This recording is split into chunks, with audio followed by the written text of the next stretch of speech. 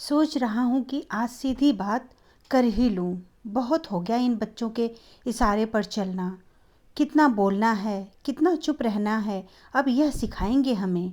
पैदा हमने किया इन्हें और बाप मेरे ये बन रहे हैं। राम प्रसाद को इतने गुस्से में देखकर उनकी पत्नी नम्रता जी उन्हें समझाते हुए बोली, हाथ जोड़ती हूँ तुम्हारे, चुप रहो। जानती हूँ कि तुम्हारी सीधी बात करने का तरीका। पहले कुछ बोलते नहीं हो और फिर बाद में सीधा तोप छोड़ देते हो। 2 वक्त की रोटी मिल जाती है सुबह शाम, और क्या चाहिए।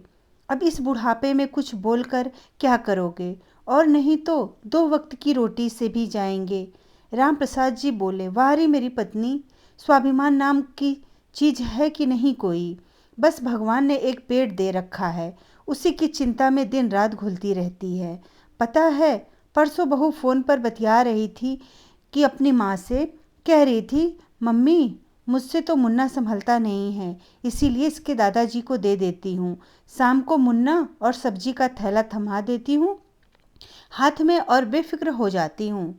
मुन्ना मोबाइल तक चेक नहीं करने देता है, शोर मचाता रहता है हमेशा। इसके पापा को बोला था, पैदा किया है तो संभालो भी, कहते हैं मेरे पापा को दे दे, कुछ तो बुढ़ापे में काम आएंगे। वैसे भी बुढ़ों की शाम को रोज़ की मीटिंग होती है पार्क में, खी खी करते रहते हैं सारे। काम धंधा तो कोई है नहीं। मेरे बारे में ही नहीं, तेरे भी बारे में कह रही थी बहू। सासू माँ दिन भर खाती रहती है और मैं खाऊं तो कहती है पहले ही इतनी मोटी है, ज़्यादा खाएगी तो और फूल जाएगी। मैंने भी सब्जी काटने का, आटा गूंथने का काम में लगा दिया है। बाजार का काम तो कर नहीं सकती वो, कम से कम घर का तो कर ले। मैं मुन्ना को अपनी जान की तरह संभालता हूँ। थक जाता हूँ पार्क में उसके पीछे पीछे भागकर। 1 मिनट बैठता नहीं है वो। अब क्या बूढ़ी हड्डियों में इतना दम है दौड़ भाग करने का? इन्होंने तो नौकर बना के रख दिया है। इतना सुनने के बाद नम्रता जी आंसुओं को साड़ी के पल्लू से पोंछते हुए बोली, हाँ मुझे मालूम है ये सब, और भी बहुत चुभने वाली और बेहुदा बातें बोलती है, पर क्या करती, बुढ़ापे को देखते हुए चुप हो जाती हूँ बस। और मैंने कभी उसे मोटा नहीं कहा। वो सारा दिन बिस्कुट चॉकलेट खाती रहती है, इसके लिए कहा था कि इनकी जगह फल खाएगी तो सेहत के लिए अच्छा रहेगा, बदन छरहरा हो जाएगा।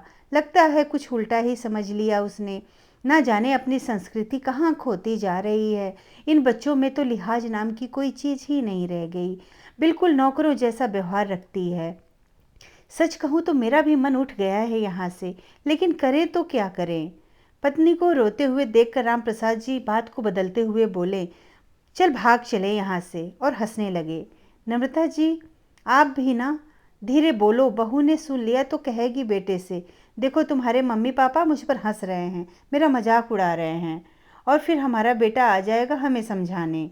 हाँ नम्रता सही कह रही हो। अच्छा तुम ऐसा करो कि सामान बांधने की तैयारी करो, मुझ पर भरोसा है ना? कैसी बात करते हैं आप, खुद से ज़्यादा भरोसा करती हूँ आप पर। फिर रात को राम प्रसाद ने अपने बेटे को आवाज़ लगाई, सुनो बेटा हमें तुमसे कुछ बात करनी है। तभी पीछे से बहू की आवाज़ आई, कब आओगे सोने तुम, देखो जल्दी आओ, मुझे नींद आ रही है, मुन्ने को ले जाओ बाबूजी को दे दो, उनके पास सोने की जिद कर रहा है। ये सुनकर राम प्रसाद जी बोले, बहू जरा तुम भी बाहर आ जाओ। कुर्सी पर बैठते हुए राम प्रसाद जी बेटे और बहू से बोले, मैं और तेरी माँ कल रात की फ़्लाइट से अपने पुराने मित्र मिश्रा जी के यहाँ जा रहे हैं। फिर बेटा प्रकाश आश्चर्य से बोला, मिश्रा अंकल के यहाँ किस लिए, वो भी अचानक? राम प्रसाद जी बोले, वहाँ हमारी उम्र के लोगों के लिए रिटायरमेंट होम्स बने हुए हैं, डॉक्टर्स, घर के काम के लिए हेल्पर, यहाँ तक कि राशन की दुकान भी सोसाइटी के अंदर है। मेरे काफ़ी दोस्त रह रहे हैं वहाँ और अपनी बाकी की बची हुई ज़िंदगी आराम से प्रकृति की गोद में गुजार रहे हैं। मैंने भी 2 कमरे की एक छोटा सा घर लिया है, अब हम दोनों वहीं रहेंगे। इतना सुन बहू हंसने लगी, ये हरिद्वार जाने की उम्र में मौज मस्ती करने की उम्र नहीं है। प्रकाश बोला, पापा आपको इस उम्र में यह सब क्या सूझ रहा है, घर पर रहिए ना, आपकी बहू आपको 2 वक्त का खाना बना कर देती है ना, फिर आपको किस बात की कमी है। रही झगड़ों की तो वो हर घर में होते हैं, आप चले जाएंगे तो मुन्ना को कौन संभालेगा। इतने भी स्वार्थी मत बनिए, हमारे बारे में भी तो कुछ सोचें। और हाँ, आपके पास पैसे कहाँ से आए घर लेने के लिए, वहाँ आपके राशन का दवा पानी का खर्चा कौन करेगा, मुझसे तो मत उम्मीद रखिएगा। राम प्रसाद जी बोले, तो भूल गया शायद मेरी एक बेटी भी है, उसने ही दूसरे देश में रहते हुए ये सब प्लान किया और मेरे जन्मदिन पर यह उपहार दिया। वही हमारा सब खर्चा उठाएगी।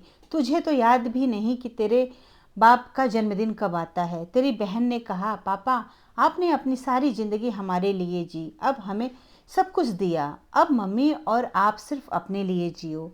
इतना सुनकर बहू और बेटा दोनों सकते में थे, समझ नहीं पा रहे थे कि क्या बोले। फिर नम्रता जी राम प्रकाश जी का हाथ पकड़ी और बहू की तरफ देखकर बोली, भगवान का नाम जपने के लिए हरिद्वार जाना जरूरी नहीं है, भगवान सब जगह बसते हैं।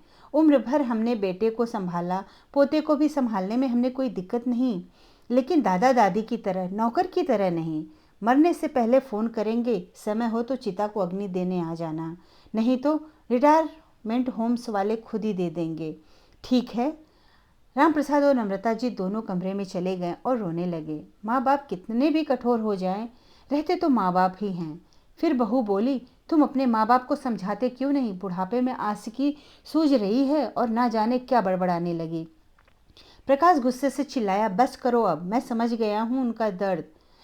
इस घर में उन्हें दादा दादी का सम्मान मिलना चाहिए था, जो हमने उन्हें मुन्ने का केयर टेकर बना दिया। तुम तो पराया खून हो, तुमसे क्या उम्मीद रखूं कि तुम समझोगी उन्हें? गलती मेरी है, मैं तो उनका बेटा था, मुझे तो समझना चाहिए था। अगली शाम को प्रकाश ऑफिस से घर जल्दी आ गया था। उसने मम्मी पापा के जाने के लिए तैयार खड़े थे। प्रकाश बोला, पापा मैं भी चल रहा हूँ आपको एयरपोर्ट छोड़ने, ये कुछ सामान और दवाइयाँ हैं, रख लीजिए। अचानक ही नम्रता जी के मोबाइल पर मैसेज आया। देखा तो प्रकाश ने कुछ रुपए ट्रांसफ़र किए थे अपनी माँ के अकाउंट में। प्रकाश राम प्रसाद जी ने से सॉरी पापा कहा और गले से लगकर फूट फूट कर रोने लगा, तो माँ बाप का सारा गुस्सा पल भर में पिघल गया। फिर उन्होंने बेटे और बहू को आशीर्वाद दिया और एयरपोर्ट के लिए निकल गए। धन्यवाद दोस्तों, मेरी कहानी अच्छी लगी तो सब्सक्राइब ज़रूर करिएगा।